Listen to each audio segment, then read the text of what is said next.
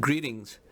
With artificial intelligence being the hot topic in the news because of the arrival of certain consumer products, meaning that many consumers are experiencing artificial intelligence for the very first time, or at least so they think, all of these scare memes surrounding artificial intelligence are getting a big boost, and the media is in the business of frightening people or making them discouraged and despondent.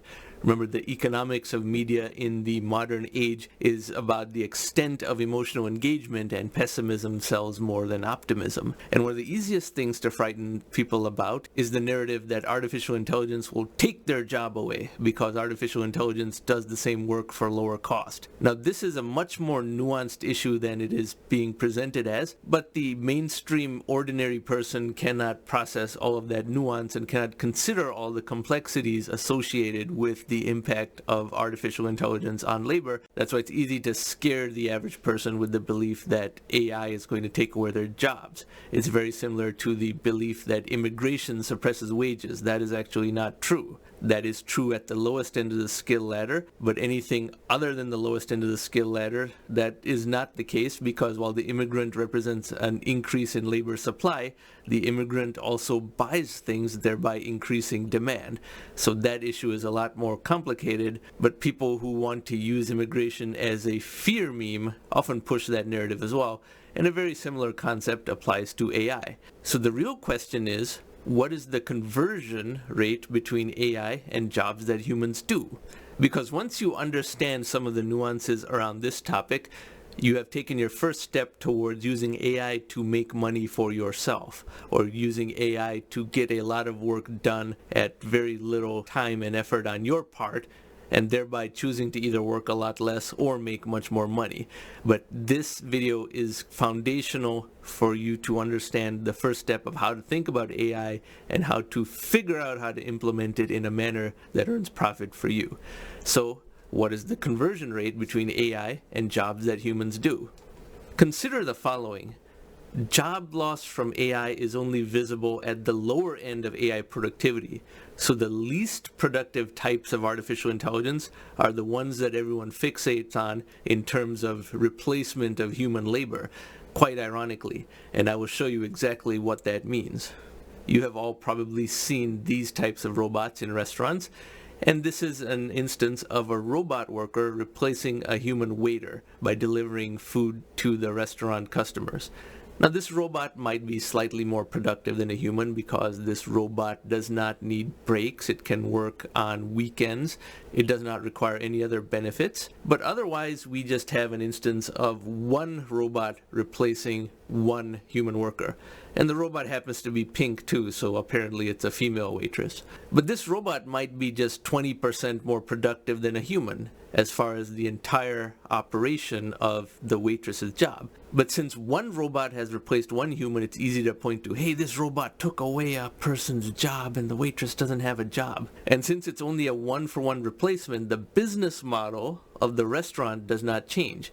The profitability of the restaurant maybe rose a little bit, but the business model itself did not change because you have a robot walking in the walkways of the restaurant rather than a human, and the robot does not require tips. But this is the most visible type of artificial intelligence that the average person sees, and therefore becomes the fixation of whether automation is taking away their jobs. A robot is not even dematerialized, whereas most AI is within the cloud and is not partitioned into one particular unit that replaces one person's job. If AI is very horizontal and doing a lot of functions, it is in fact doing tasks assigned across millions of people, which brings us to how you should think about this.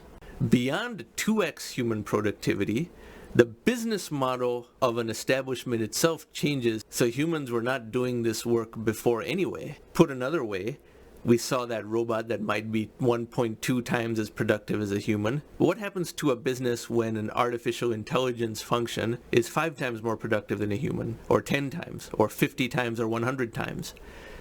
Does that take away human jobs? The first instinct of most lay people would be yes. But in reality, the business model itself changes when you have that huge of a gain in productivity, that immense of a fountain of productivity.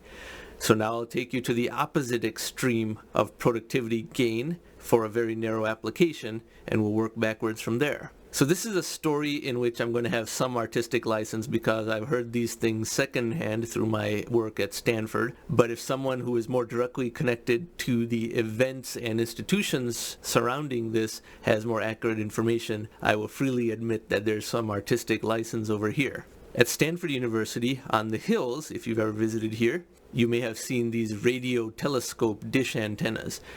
And these radio telescopes look at the heavens and acquire a lot of images of astrophysical features in the cosmos.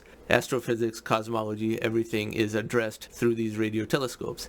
And these images generated used to take the astrophysicists, who are of course humans, 4 months to examine for all of the little nuances and discoveries that they are seeking. 4 months. Then, one fine day, the computer science department of Stanford, in the computer vision subdepartment, created an artificial intelligence program that could scan all of those images in 1 second. Now, the reason it took the humans 4 months to scan all those images is because those images are not just pictures. Those are images of celestial objects very far away, and some of these images are three-dimensional in nature because space is curved in the fourth dimension, as we know, and we three-dimensional humans can see peripheral evidence of a fourth dimension from time to time. We can't point to the fourth dimension, but we are aware that space is curved and some evidence of a fourth dimension is apparent to us. And a lot of the more successful science fiction franchises and films have also taken advantage of this fact. So those images that those astrophysicists might look at for 4 months are images like this one, and by super magnification of a small section they might find something of interest, but then again they have to take into account the curvature of space and the three-dimensionality of the images because of the fourth dimension of space and things like that. So what took the astrophysicists 4 months to do now took only 1 second with that computer vision algorithm. AI is created to be hyper-specialized. This particular artificial intelligence can only do this one thing. It can't go do something else. It's not versatile like ChatGPT, which is a much more horizontal generalist AI, but it's not that much more productive for certain things.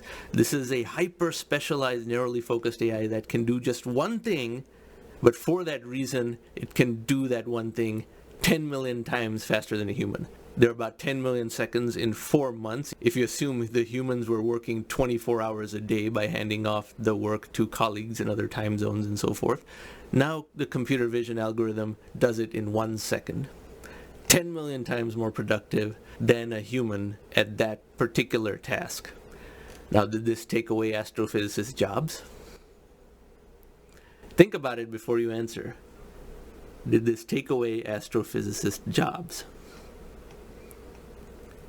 Well, the correct answer is no, because there are not 10 million astrophysicists in the entire world. There are not even 10,000 astrophysicists in the entire world. Most of you have never met one. Instead, because the AI algorithm could process these images so fast, there arose an added demand for a lot more images. Because even if you have 10 times as many images, it'll only take 10 seconds. Therefore, they are constructing a new dish antenna at Stanford and also in other parts of the world, and especially in the southern hemisphere where the sky is different. And if you're sufficiently far from the equator in either hemisphere, you will see different stars than are visible from the same latitude at the opposite side of the world. And so now a much greater portion of the sky can be examined. So now there are more astrophysicist jobs in the aspects of this process that are not automated yet. And there's also more construction jobs now because they're building more of these radio telescopes. Imagine that. AI created more jobs because it does something 10 million times faster than a human does. Now, this is, of course, an extreme example. This is why I chose it. And it's an example in a very narrow application that does not have any direct impact on our day-to-day lives. But you can work backwards from here. This was a computer vision AI. Where else might computer vision that analyzes a lot of images be useful?